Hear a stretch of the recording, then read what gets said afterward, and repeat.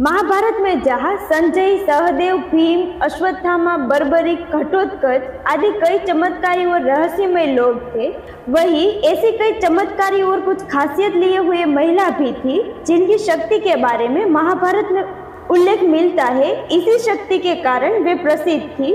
आओ जानते हैं ऐसी ही महिलाओं के बारे में। पहली है गंगा। ब्रह्मा के श्राप के चलते गंगा को मनुष्य योनि में जन्म लेना पड़ा और फिर राजा शांतनु से उनका मिलन हुआ।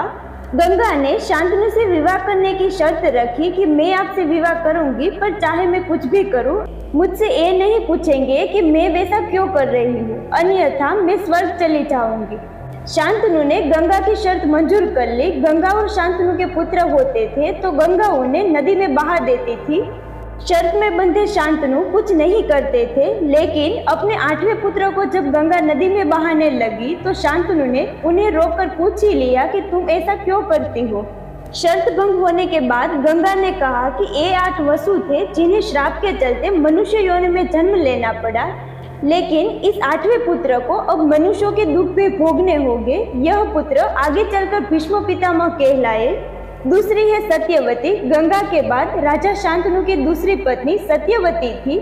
सत्यवती के शरीर से मछली की ही गंध आती रहती थी। कहते हैं कि सत्यवती ही एक प्रमुख कारण थी जिसके चलते हस्तिनापुर की गद्दी से कुरुवंश नष्ट हो गया।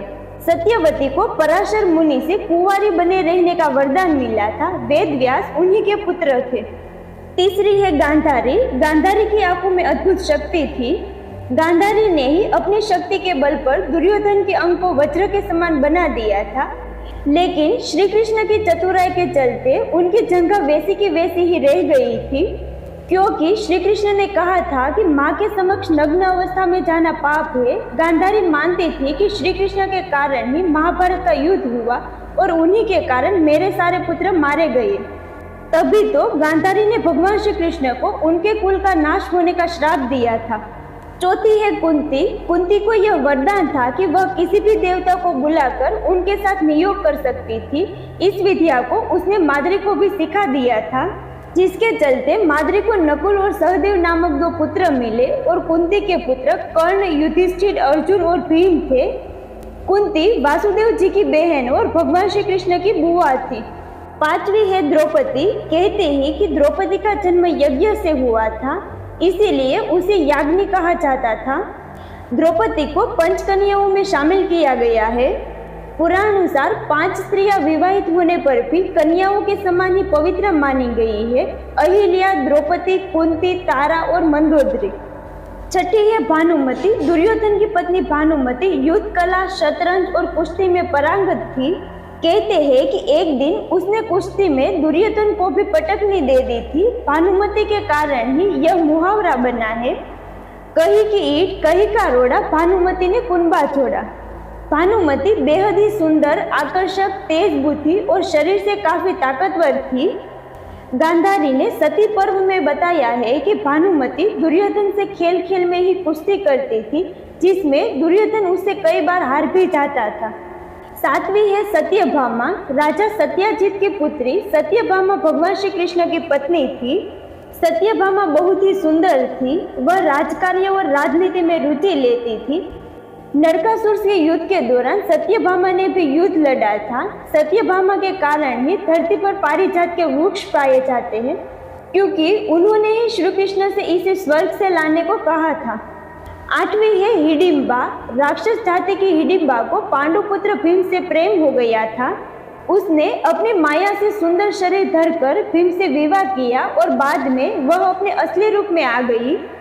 हिडिंबा और भीम का पुत्र घटोत्कच था। घटोत्कच का पुत्र बर्बरीक था। द्रौपदी के श्राप के कारण ही महाभारत के युद्ध में घटोत्कच कर्ण के हाथों मारा गया था। 9वीं है उलूपी। अर्जुन की पत्नी उलूपी भी मायावी शक्ति से संपन्न महिला थी।